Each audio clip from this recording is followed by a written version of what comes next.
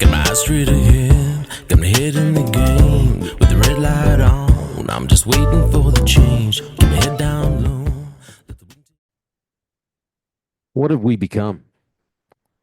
We, as a modern society, are so wrapped up in our delusion of what we are, who we are, our own self importance, self aggrandizement, so wrapped up in the desire for choice, the illusion of choice, so wrapped up in our own selfish desires to do what we want, to follow our own lusts, our own desires, completely ignoring the word of God, completely ignoring or pushing aside morality, completely ignoring justice for the most innocent of people. And yet you see now in our society where we can justify just about anything.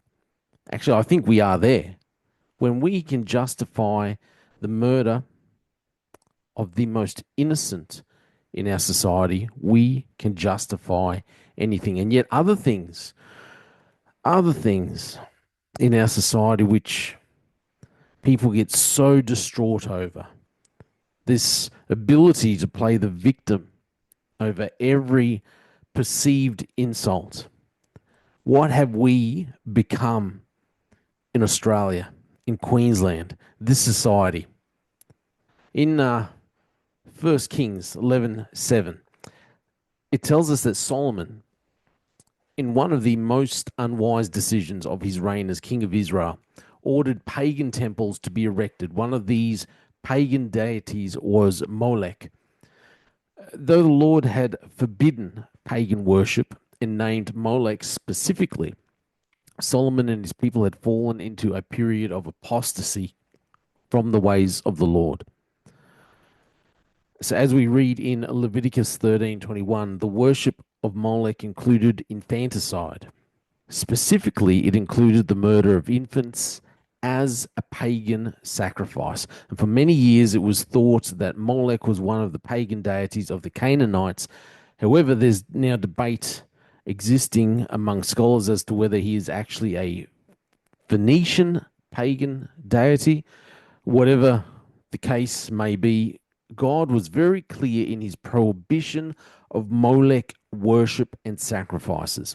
According to scripture, worship took place primarily in the Hinnom Valley at Topheth, a place in the valley that translates to pit of flame in 2 Kings 23:10. Molech is usually depicted as a bull-headed anthropomorphic deity, which was heated until glowing like flames, heated up. Then, as the pinnacle of worship, an infant, let that sink in, an infant would be placed in his hands of this red hot idol, placed on the hands of this red hot burning idol, while his devotees listened to the infant cry as it burned to death before their eyes. Such worship demonstrates such a depth of depravity, such a disregard for the sanctity of life, innocent life, that only the most moral degenerate could justify it. And yet here we sit in 2025 in Queensland, in Australia as a whole, and we allow the termination, it's called abortion. We allow the murder of unborn children up until birth in this country of ours. We recently had this election in Queensland and we got a new premier. However, the new premier, which I thought, would be a good thing, decided that he didn't want to discuss abortion. He didn't want any of the ministers. He didn't want any of the people within the LNP or other supporters pushing back against the abortion laws that we have. He didn't want any debate about it. So he passed unprecedented gag orders on abortion debate. It was an ambush motion introduced by our new Premier, David Crisafulli. It was aimed at preventing potential public disunity in the LNP ranks by ensuring MPs won't be forced into a conscience vote. The Queensland Parliament has been banned from debate on abortion for 4 years. 4 years, they cannot debate it at all. The motion also requires any motion or amendment seeking to have the House express its views on abortion to be ruled out of order. Out of order. I would say, David Crisafulli, you are out of order. You are out of order. This is one of the most disgusting most disgusting parliamentary acts I've ever heard of. In Queensland, our criminal code from 1899, section 313, killing an unborn child, says in subsection 1, any person who, when another person is about to be delivered of a child, prevents the child from being born alive by any act or omission of such a nature that if the child had been born alive and had then died, the person would be deemed to have unlawfully killed the child, is guilty of a crime and is liable to imprisonment for life. Section 2 says any person who unlawfully assaults another person who is pregnant with a child and destroys the life of, or does grievous bodily harm to, or transmits a serious disease to the child before its birth commits a crime. However, abortion, subsection 1A, a person does not commit an offence against subsection 1 by performing a termination or assisting in the performance of a termination.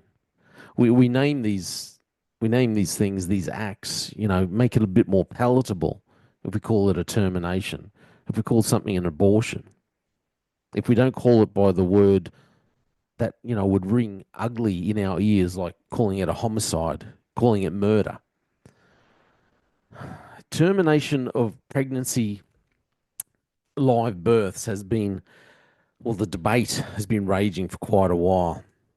So now we have an amendment bill 2024, and I'm going to read through a couple of explanatory notes. The short title, Termination of Pregnancy Live Births Amendment Bill for 2024. So Queensland law allows medical practitioners to perform termination of pregnancy on a woman throughout pregnancy. Throughout, okay? All the way up till birth. Unlike similar laws in South Australia and New South Wales, the Queensland Termination of Pregnancy Act is silent on what happens when a child is born alive as a result of the termination of pregnancy procedure.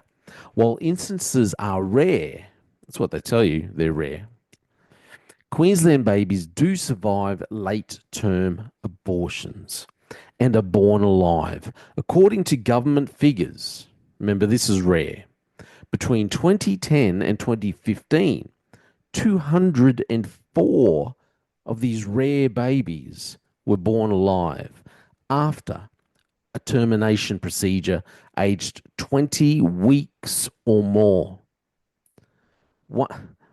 More recent research suggests the number of babies born alive in these circumstances in Queensland is growing, and the 2010 to 2020 figures stands at 328 babies born alive.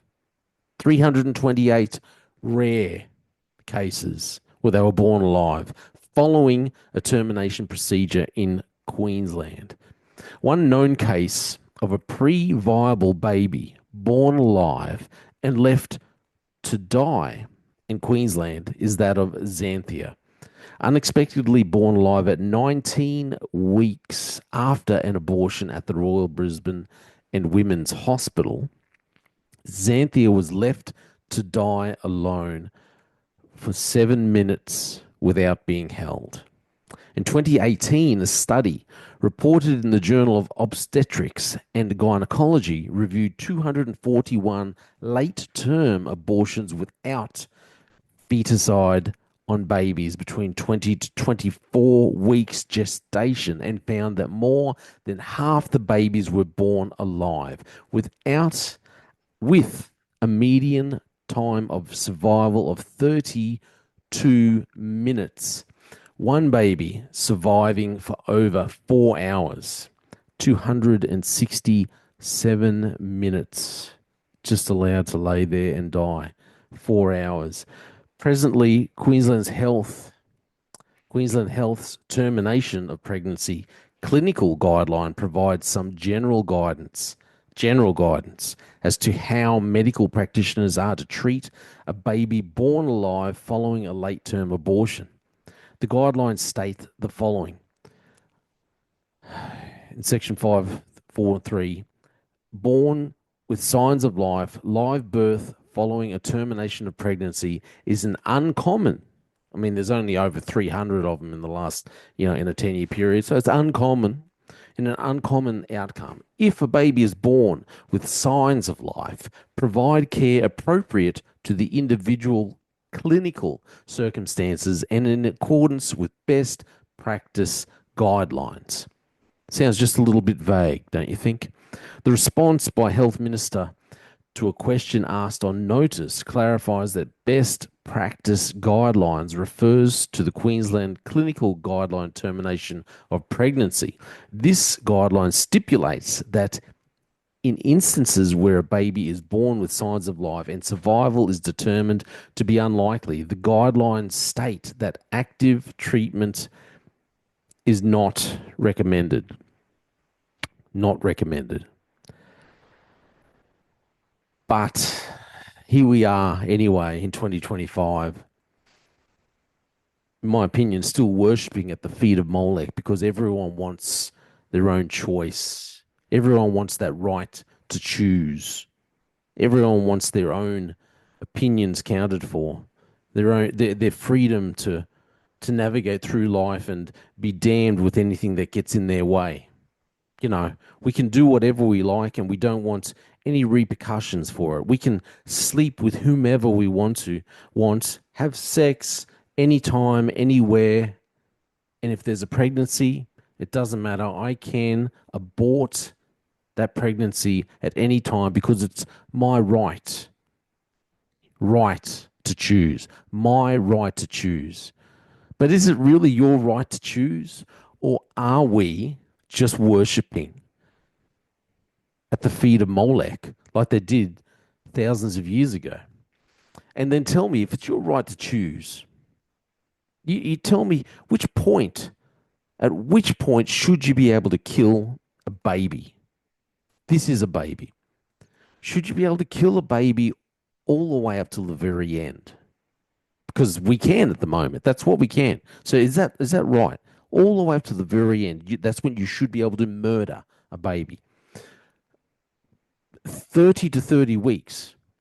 How about that point when the baby's fully formed? It can be born alive. It is a fully formed human being. Or is it okay to kill a baby at week 14? When the heart is pumping blood throughout the body all the time? What about week 15? When a baby has taste buds, adults' taste buds. How about month 4, when the bone marrow is beginning to form inside the child? How about is it okay about week 9 and 10, when baby's teeth are already beginning to form? Its fingernails are already beginning to develop. Is that okay? What if we look at 2 months? 2-month-old baby forming inside the female, the mum. 2 months, they can turn their head, they can frown, the baby can hiccup. Is that all right to murder the child at that point? Is that okay to kill? How about if you go back to week 4? Only 4 weeks. At the end of week 4, the baby is already 10,000 times larger than the fertilized egg. 4 weeks, 10,000 times larger. There's already the beginnings of eyes, legs, and hands at 4 weeks. There's already brain waves detectable. Mouth and lips are present. Fingernails are starting to form. How about week 3? You say, week 3, don't we all just consider it to be a clump of cells? Week 3, by the end of week 3, the baby's backbone and spinal column, the backbone, spinal column, nervous system are forming. The liver and the kidneys and intestines are beginning to take shape. So we're here.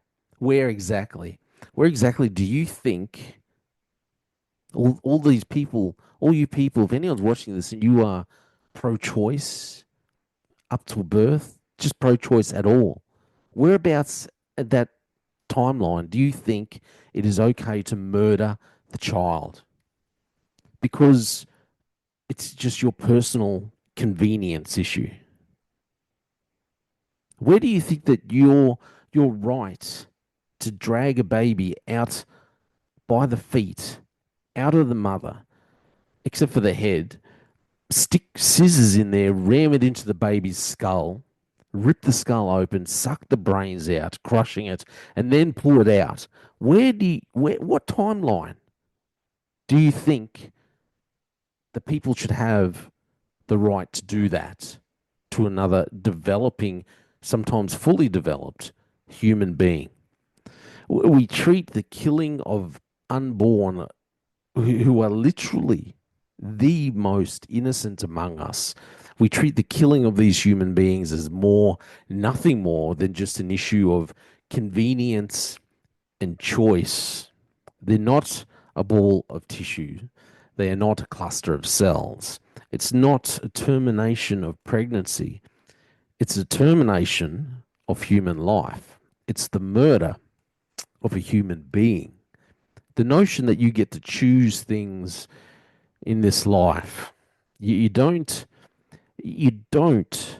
get to choose another human being's death. You don't get to choose that. To say it's my decision where and when and how to have this baby, that's an individual human being.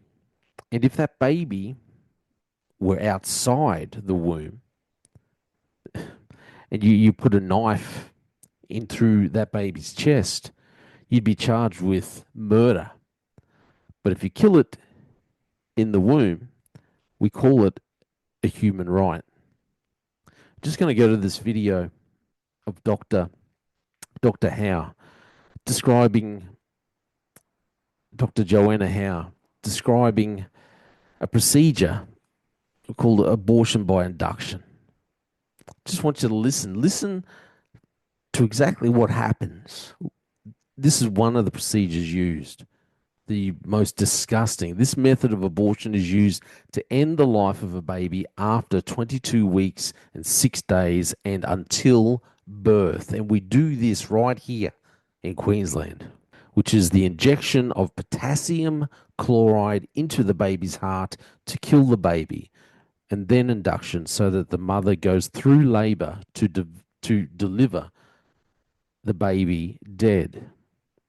Oh, but in Australia, the good thing is you have a late-term abortion like this, the government then pays the mum $4,000. My name is Joanna Howe and I'm a professor of law. Today I'm going to describe an abortion by induction. The abortion procedure is performed in a hospital and the abortionist uses an ultrasound to see the baby. The ultrasound is used to obtain a 4-chamber view of the baby's heart, and the baby's heart rate is recorded. Given the chance of a live birth following an abortion increases with advancing gestation, abortions at this stage involve feticide. Feticide comes from the Latin stem word cide, which means to kill, and fetus, which means child. The purpose of feticide is therefore to kill the child. A long needle is inserted through the mother's abdomen into the uterus. Guided by the ultrasound, the abortionist injects a needle of potassium chloride into the left ventricle of the heart. Following feticide, the mother takes labour-inducing drugs. The mother then goes through labour and delivers her baby stillborn. The dead baby is immediately removed from the room and taken away. As the baby's death is a result of abortion, the baby does not receive a birth certificate or a death certificate. The mother receives $4,225 from the government as part of the stillborn parenting payment. If the mother and hospital decline a funeral or cremation, the baby is discarded as medical waste and placed in the bin.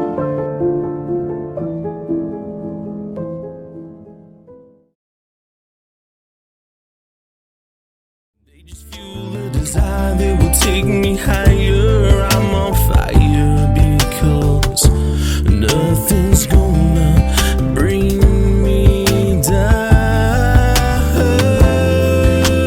Nothing's gonna bring me down. Nothing's gonna stop me now. No more deeds to be done. No nothing's gonna just focus on the goal. Nothing's gonna stop me now. Nothing's gonna hold me down. Got my eye on the prize. Got my eye on